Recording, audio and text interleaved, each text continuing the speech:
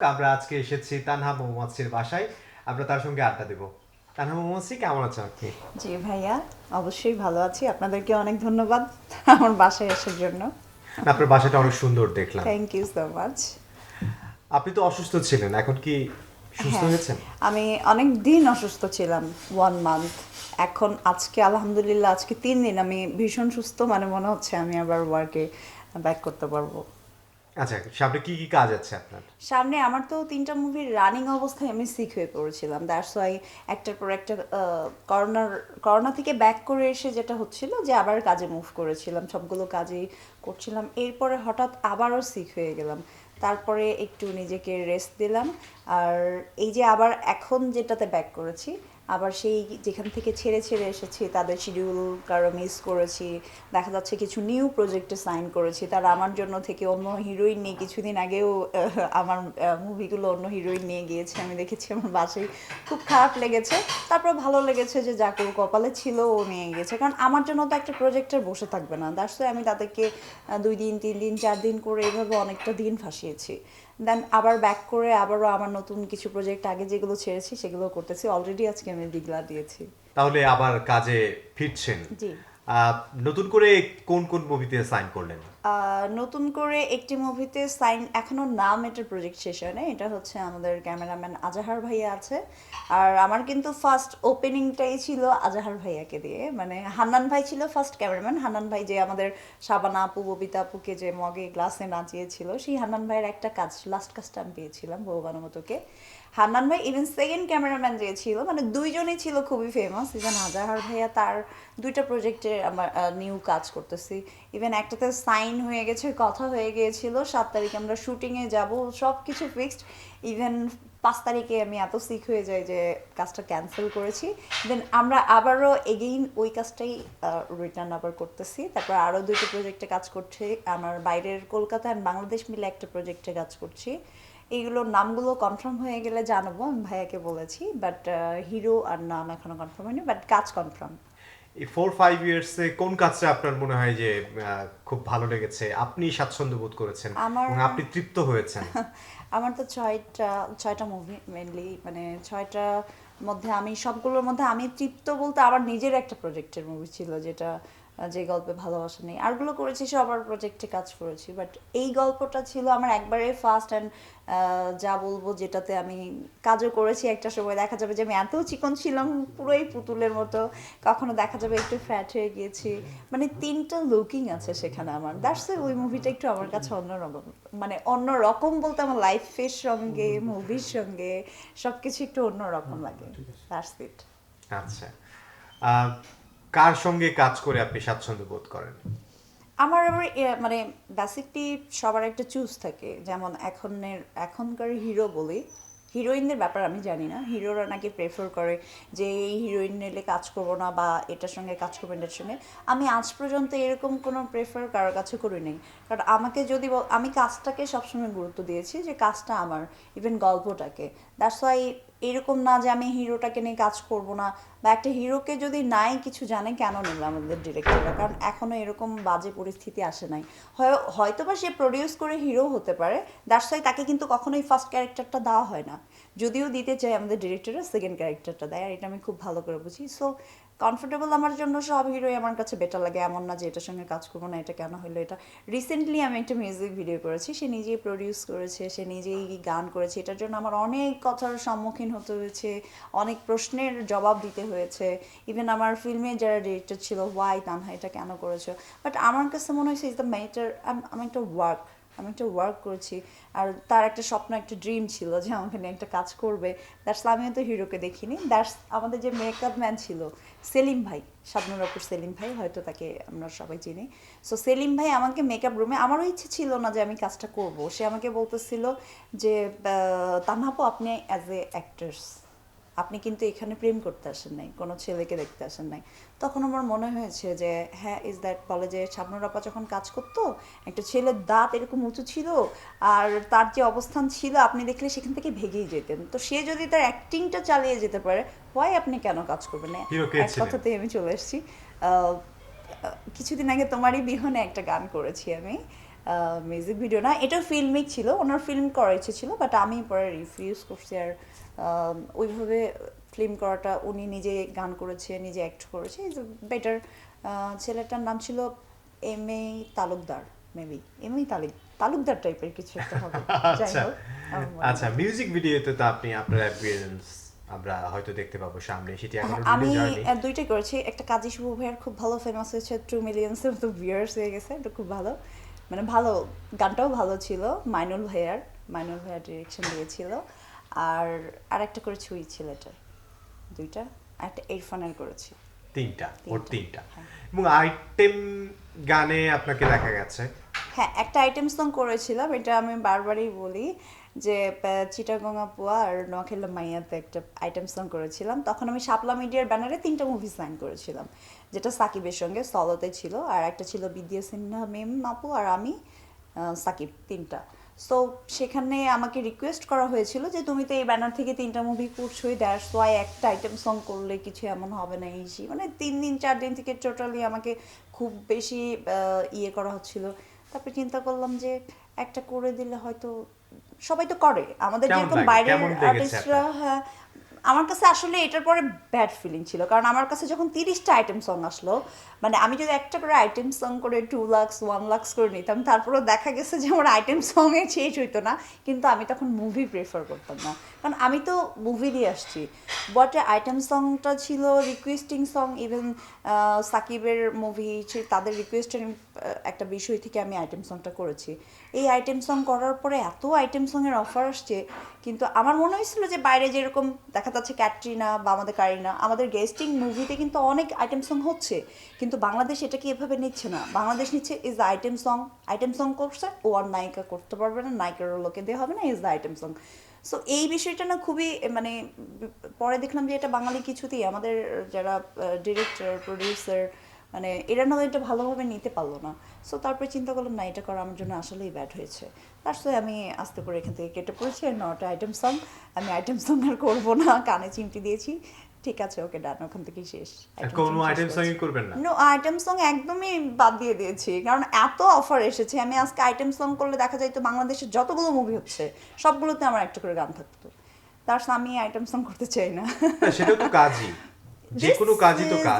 Work, but item song করতে গেলে আমার মুভির ফ্লেভারটা থাকবে না, ইজ দ্য বাংলাদেশ। এই জন্য বলেছি যে এটা এটা আমাদের বাইরের দেশে হইতো, বাট এখানে না, হবে না এইভাবে। আচ্ছা, তাহলে আইটেম সং বাদ দিয়ে আপনি মুভি? হ্যাঁ, মুভি যেহেতু আমার আমার হাতে অনেক কাজ, সেই হিসাবে আমি আইটেম সং করার টাইমটা, বা এখনও আমার হাতে অনেকগুলো গুড মিউজিক ভিডিও আছে আমাদের ভালো কিছু সিঙ্গারের, দ্যাটস আমি মানে মুভির জন্য এগুলোকে একটু ইগনোর করছি। তার সাথে আবার ফিল্মের অবস্থা খুব একটা ভালো ছিল না, তখন গিয়ে আমি ওই ছোটো ছোটো কাজগুলো করেছি। কিছু গুড টেলিফিল্মের কাজ ছিল, টেলিফিল্মগুলো করা হয় নাই, মানে একটু ওয়েট করছিলাম যে একটু ভালো হোক, একটু ভালো হবে, আবারও আমরা ফিল্মে আসবো। তার দেখলাম যে এখন ফিল্মের বাজেটটা কমায়, ছোট ছোট যেটা ওয়েব সিরিজ বলে বা ফিল্মিক টাইপের শর্ট ফিল্ম বলে, এগুলো হচ্ছে। তো আমি একটু এগুলোর মধ্যেই মোটামুটি আছি। ওয়েব সিরিজে তো হচ্ছে, ওয়েব সিরিজে হ্যাঁ, কি? আমি আজকেও 2টা ওয়েব সিরিজ নিয়ে কথা বলেছি, একটা বাইরে হচ্ছে কলকাতার, আর একটা আমাদের বাংলাদেশেই হচ্ছে। আমাদের একটা মিনহাজ ভাইয়ার একটা ওয়েব সিরিজ হচ্ছে, খুবই ভালো।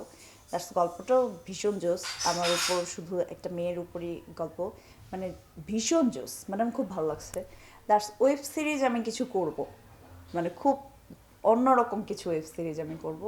আর এবার যেহেতু কাজ করছি, আবার মাঝখানে আল্লাহ না করুক সিক না হয়ে যায়, তাইলে এবার প্ল্যাটফর্ম ফুল, মানে এই বছরে খুব ভালো কাজ করতে চাই। 20 সালটা খুবই খারাপ গিয়েছে, হ্যাঁ, বিশালটা সবারই আসলে খুব খারাপ গিয়েছে, করোনার যে পরিস্থিতি, এই করোনার পরিস্থিতি পরিস্থিতি খুবই। সব মিলিয়ে খুবই খারাপ গিয়েছে 20 সালটা, খুব বেশি খারাপ, আমার জন্য বেশি খারাপ গেছে। আমার কোনো বছরই এত খারাপ যায় নাই। 21 সালটা আমার জন্য মানে ইজ এ বিগেস্ট প্ল্যাটফর্ম। মানে আমি 21 সালে আমি নিজেকে প্রুভ করতে চাই যে আমি 7 বছর আমার লাইফ থেকে প্রায় 5 ইয়ার্স আমি ইজ এ গন, মানে নষ্ট করেছি নিজের থেকেই, সেটা হেলা ফেলা হোক বা যেরকমই হোক, দুষ্টুমি ফাইজলামি করে নষ্ট করে ফেলছি। মিডিয়াটাকে এইভাবে নিজের একটা প্ল্যাটফর্ম করে নেইনি, এটা মনে হয়েছিল, দ্যাটস ওয়াই আমি এটা শখের বিষয় করছি। দ্যাটস ওয়াই 2021 সালটাকে আমি আমার প্ল্যাটফর্ম নিয়েছি যে আমি এখানে কিছু এবার করবো, দ্যাটস মাই ড্রিম। আচ্ছা, কি দুষ্টামি করতেন আপনি? দেখা যাচ্ছে কাজ, হ্যাঁ অনেক কাজ আসছে, অনেক কাজ মানে অন্য কেউ কাজ পাচ্ছে না বা কাজের জন্য অনেক জায়গায় মিটিংয়ে যাচ্ছে, এখানে যাচ্ছে ওখানে যাচ্ছে, সেই জায়গায় কাজের জন্য আমার পিছে পিছে ঘুরছে বা কাজের জন্য আমাকে একটার পর একটা ফোন কল করছে, আমাকে স্ক্রিপ্ট দিয়ে যাচ্ছে। আমি সেগুলো কখনো দেখিই না যে দূর রান্না কিসের কাজ করব। রিসেন্ট আমি একটা ঘটনা শুনেছি। আমি একটা নিউ মুভিতে সাইন করতে গিয়েছিলাম আজকে থেকে প্রায় 16-17 দিন আগে। আমি তখন একটু সুস্থ ছিলাম। দ্যাটস ওনাদের একটা ডিরেক্টর, ভাইয়ের নামটা যেন কি ছিল, সরি ভুলে যাচ্ছি। ওনাদের একটা মিটিংয়ে গিয়েছিলাম মগবাজারে। সো মগবাজারে যাওয়ার পর আমি জাস্ট ওনার সঙ্গে বসার পর ফার্স্ট যেই কথাটা এসেছে যে মিডিয়া পর আপা দেখেন আপনাকে নিয়ে আমরা কাজ করতে যাই, অনেক ইচ্ছা, আপনি এখন এত স্লিম হয়ে গিয়েছেন, ইভেন আপনি এখন অ্যাক্টিংও অনেক ভালো করেন। এখন আমি নিজে নিজেই কনফিডেন্টলি বলতে পারি যে হ্যাঁ আমি খুব গুড অ্যাক্টিং করি। মানে আগে অ্যাক্টিং করতে পারতাম না করতাম, যেহেতু আমি থিয়েটার করেছি, অ্যাক্টিং ইজ দ্য বেস্ট, কিন্তু আমার এত মনোযোগ ছিল না যে এটা আমার করতে হবে এইভাবে, করতে হবে এইভাবে। কিন্তু এখন আমার মেন্টালিতে একটা জিনিস এসেছে যে এটা আমার এর থেকে গুড করে করতে হবে। দ্যাটস ওয়াই এটা থেকে আমার মনে হয়েছে যে আমি এই দিক থেকে, তো ওদের যে বিষয়টা আসছে, হ্যাঁ আমরা সব ডিরেক্টরদের কাছে শুনেছি আপনি অ্যাক্টিং খুব ভালো করেন, সব খুব ভালো করেন, এই জন্য আমাদের ইচ্ছে আপনাকে নিয়ে এই কাজটা করব, আপনার বাইরে কাজটা করব না। কিন্তু আমরা একটা কথা শুনতে পাচ্ছি, তানহা মৌমাছি শিডিউল ফাঁসায় দেয়, তানহা মৌমাছি ঘুম থেকে ওঠে 12টায়, তানহা মৌমাছি মেকআপে আসে লেটে। আমি বলেছি জাস্ট একটা প্রুফ যদি দিতে পারে যে আমি জাস্ট শিডিউল দিয়েছি, আমি একটা শিডিউল দিয়েছি, এই শিডিউলে আমি মিস করেছি, আমি ইন্ডাস্ট্রি ছেড়ে দেবো। দ্যাটস এরকম কোনো দিন হয়নি। আমি যদি শিডিউল দিয়েছি তার মানে আমি এখানে স্টিল, আমি যাব, আমি মরে গেলে আমি সেখানে স্টিল থাকবো। কিন্তু যে এই ঘটনাগুলো রটাচ্ছে কিংবা এইভাবে বলছে যে তানহা মৌমাছি ইন্ডাস্ট্রি ছেড়ে দিচ্ছে, ইন্ডাস্ট্রি কাজ করে না, কিংবা আসলে এই টাইপের কিছু ঘটেনি। কিন্তু গুঞ্জনটা আসলে কোত্থেকে আসলো? গুঞ্জনটা কোথা থেকে আসছে আই নো দ্যাটস, আমার কিছু ভালো পার্সন আছে, কিছু গুড পার্সন আছে, কিছু খারাপ পার্সন আছে। এখন আমাকে কারা এইভাবে মানে ফেলতে চাইতেছে বা চিন্তা করতেছে টেনেই নামাবো, তানহাকে টেনেই নামাবো, মানে জোরপূর্বক তাদের এত ইচ্ছে। আচ্ছা যাই হোক, আল্লাহ তো তাদের ইচ্ছে পূরণ করতেছে না, বাট আমার কানে তো কথাগুলো আসছে। ইভেন তারা যখন বলেছে, আমি বলেছি কোনো নায়িকাকে দেখেছেন যে সেটে থাকাকালীন রাত এই দুপুর 12টায় সেটের থেকে যায়? আমি সর্বফার্স্ট মৌমাছি আমি গিয়ে মেকআপ ম্যানকে উঠাই, আমার যতগুলো কাজ আমি করেছি আমি গিয়ে ডেকে ডেকে সবাইকে রুমে রুমে উঠাই, কারণ আমার আমার এটাই কাজ করে আসতেছি। আমি একটাই বিষয় বুঝলাম না, ইন্ডাস্ট্রিতে এইভাবে কেন আমাকে মানে ডাবল করা হচ্ছে বা একটা ব্যাড নিউজ করা হচ্ছে। আশ্চর্য, আমি আসলে এই বিষয়গুলোর জন্য, এই যে কিছু নায়িকা হারিয়ে গেছে, হয়তো বা এদের কারণেই হারিয়ে গেছে। ওরা চাই এরকম আমিও রাগবাগ করে দৌড় আর কাজ করবো না, ইন্ডাস্ট্রিতে কে কাজ করে এত ফালতু কথা বলে। দ্যাটস ওয়াই এগুলো খুবই খারাপ একটা বিষয়। আমি নিজেও যখন শুনেছি যে শকড হয়েছি। উনি আমাকে নিতে ভয় পাচ্ছে, আমাকে বলছে সত্যিই তো আপনি কাজটা ফাঁসাবেন না। আমি বলেছি দেখেন আপনার যদি মনে হয়, দ্যাটস ওয়াই আপনি গুঞ্জন শুনেছেন, আপনার কাছে মনে হচ্ছে, আপনি আমাকে না নিতে পারেন, বাট আপনি অনেক ইচ্ছুক বিধায় আমি আজকে এখানে এসেছি। আপনি 8 দিন থেকে ফোন দিচ্ছেন, আমি আপনার সঙ্গে মিট করতে এসেছি।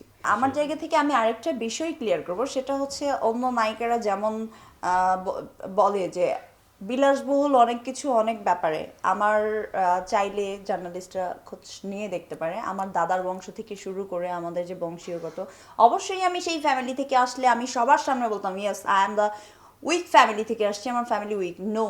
আমার রিজন, আমার দাদু, ইভেন আমার আমার দাদুর বাবাকে সকলেই চেনে, আমাদের পাঁচ বিবি নামটাই হচ্ছে আমাদের উপরে চলে। ইভেন আমার যা আছে ওখানে সকলেই বলতে পারবে আমরা আমরা একটা বংশীয়গত বিষয়, সেই বংশেরই মেয়ে আমি।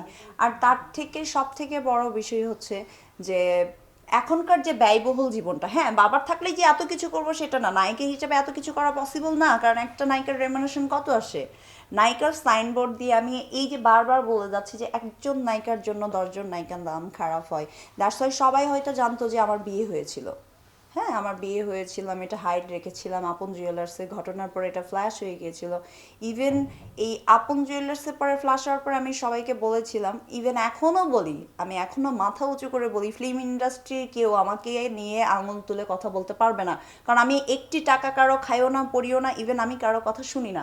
দ্যাটস ওয়াই আমি আমার মতো কাজ করি। আর আমার যাবতীয় আমার বিজনেস, আমার আম্মু সে নিজেও বিজনেস করে, আমার husband is the big businessman.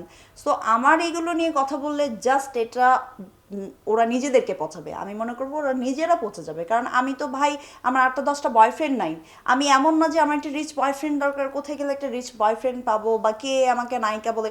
No, never. এই ওয়েগুলোতে কখনোই কেউ কোনোদিন আমাকে দেখতেও পারবে না। এটা তাদের একটা দুশ্চিন্তা, জাস্ট একটা বাজে ড্রিম, তাদের কৌতূহল যে এত কিছু কীভাবে পাচ্ছে। এগুলো আসলে আমার মাও বিজনেস করে, আমার husband is a big businessman. আমি আমি তো এমন না যে শুধু মিডিয়া নিয়েই পড়ে আছি। আমার এর বাইরে কিছু বিজনেস থাকতে পারে না, আমার নিজের বলে কিছু নেই। আশ্চর্য।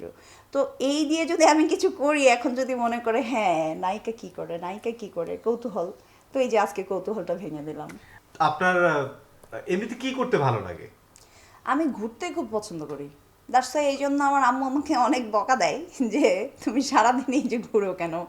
কিন্তু আগামী 1 মাসে মানে ডিপ্রেস থেকে শুরু করে সিকনেস থেকে শুরু করে বাসায় এতটাই বেশি ছিলাম যে তারা আমাকে ঠেলে ঘর থেকে বের করতে পারতো না। আমার ফ্রেন্ড সার্কেল এসে আমাকে জোর করে ঘর থেকে বের করতে পারতো না, প্লিজ বেরো, এভাবে তো মানুষ মারা যায়। আমার ফ্রেন্ডরা এসে রাতের পর রাত বাসায় আমাকে সময় দিয়েছে, এভাবে তানহা বেঁচে থাকা যায় না, অনেক কিছু। অনেক ডিপ্রেসে ছিলাম।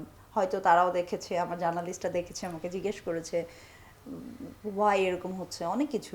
কিন্তু আসলে ওই যে বুক ফাটলে মুখ ফোটে না, মেয়েদের একটা কথা আছে না, আসলে বলতে তো পারি না। দ্যাটস ওয়াই আমার নট এ পাবলিক। আসলে সব বলতে তো পারতেছি না। মাঝখানে কিছু বলেও ছিলাম, এরপর আবার হাইড করেছি যে না, এটা আমার জন্য না। পরে দেখলাম single life is the better, so better. আমি এখন আমার ইচ্ছে হলো আমি ঘুরতেছি ফিরতেছি খাচ্ছি, আমার ইচ্ছে হচ্ছে না, ভালো লাগতেছে না, 2-4টা ফ্রেন্ডের সঙ্গে ঘুরছি। বাট তখনকার লাইফটা তো আলাদা ছিল। কারণ তখন আমার ওয়ার্ল্ডটা মানে আমার লাইফে রিলেশনশিপ, বিয়ে, প্রেম, ভালোবাসা বলতে একজনই ছিল, সেই ছিল। আমি কিন্তু ওর বাইরে কোনো দিন, কেউই বলতে পারবে না ওর বাইরে কখনো এভাবে কাউকে ইনভলভ হয়েছি বা হব, এরকম কোনো চিন্তাই ছিল না। এই একজনই ছিল। তা একজন চলে গেছে, এখন পুরা মাঠ শূন্য। আমি শূন্য মাঠেই খেলা করতে ভালোবাসি এখন। আমি অ্যাজ এ হিরোইন, আমি সবার, আমি একজনের হয়ে থাকতে চাই না। হ্যাঁ, গোল দেবে গোল, নেরা বেলতলায় বারবার যায় না। সরি। আচ্ছা, যাই হোক, এখন আপনার ইন্ডাস্ট্রিতে তো 6-7 বছর হয়ে গেল অভিনয় করছেন। কাকে দেখে আসলে আপনি অভিনয়ে এসেছেন? অফকোর্স আমি শাবনূর আপুকে দেখে অভিনয় এসেছি। আমি সবসময় বলি, যতগুলো ইন্টারভিউ গেছে সব জায়গায় বলি যে সেও আমাকে অনেক লাভ করেন, তাকে আমি অনেক পছন্দ করি, পার্সোনালি অনেক লাইক করি। ইভেন ছোটোবেলা থেকে তার অ্যাক্টিংগুলো দেখি। অ্যান্ড আমি মনে করবো যে মানে এত ভালো লাগে, মানে শাবানা আপুদেরকে বাদ দিয়ে আমাদের এই ব্যাচ, মানে এইবার যাকে দেখি, যে আমার আইডল, সে হচ্ছে শাবনূর আপু। তাকে আমার খুবই ভালো লাগে। কাল সকালের এক মুভি দেখার পরে এত ফ্যান হয়ে গেলাম, ও মাই গড। আপনার পরিকল্পনা কি আছে? অ্যাক্টিং করবেন এছাড়াও অন্য কোনো পরিকল্পনা আছে কিনা? কোর্স আছে। আমি আমি অ্যাক্টিং আজকে থেকে মানে আর 2 থেকে 3 বছর অ্যাক্টিং জোরালো, লাক যদি ফেভার করে, দ্যাটস 2 থেকে 3 ইয়ার্স। তারপরে আমি নিজের একটা প্রজেকশনে গিয়ে আমি জাস্ট এত সুন্দর একটা প্রোডাকশন করতে চাই যেখান থেকে আমি not Lux, not Miss World, এগুলো না, মানে আমাদের গ্রামেও কিন্তু কিছু প্রতিভা আছে বিভিন্ন জায়গায়, অনেক সুন্দর মেয়ে আছে। নট আমি মানে আমাদের মতো মেয়েরা তাদের কাছে যেতেও পারবে না, কিন্তু তার সুযোগ সুবিধার কারণে বা খারাপ একটা আমাদের যে মিডিয়ার একটা ব্যাড রয়েছে, এটার জন্য তারা আসতে চায় না।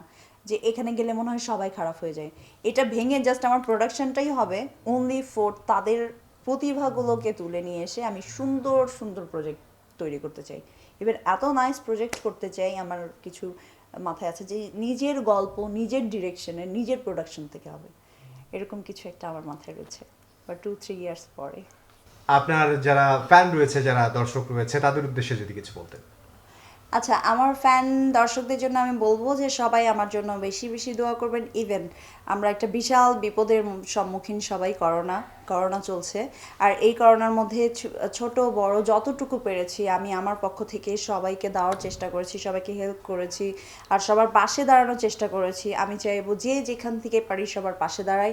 ইভেন সবাই দোয়া করবেন আমরা যেন এই করোনা কাটিয়ে আবার আপনাদেরকে খুব ভালো ভালো কিছু মুভি অ্যান্ড খুবই সুন্দর সুন্দর কিছু গ্ল্যামারাস সিন অ্যান্ড গ্ল্যামারাস কিছু নায়িকা, শুধু আমার কথা বলবো না, এখন অনেক নতুন নতুন নায়িকা এসেছে, তাদেরকে আমরা প্রেজেন্ট করতে পারি। এটাই আমার পক্ষ থেকে এই বছরের 2021 সালের একটা সুন্দর শুভকামনা সবার জন্য রইল। And thank you so much.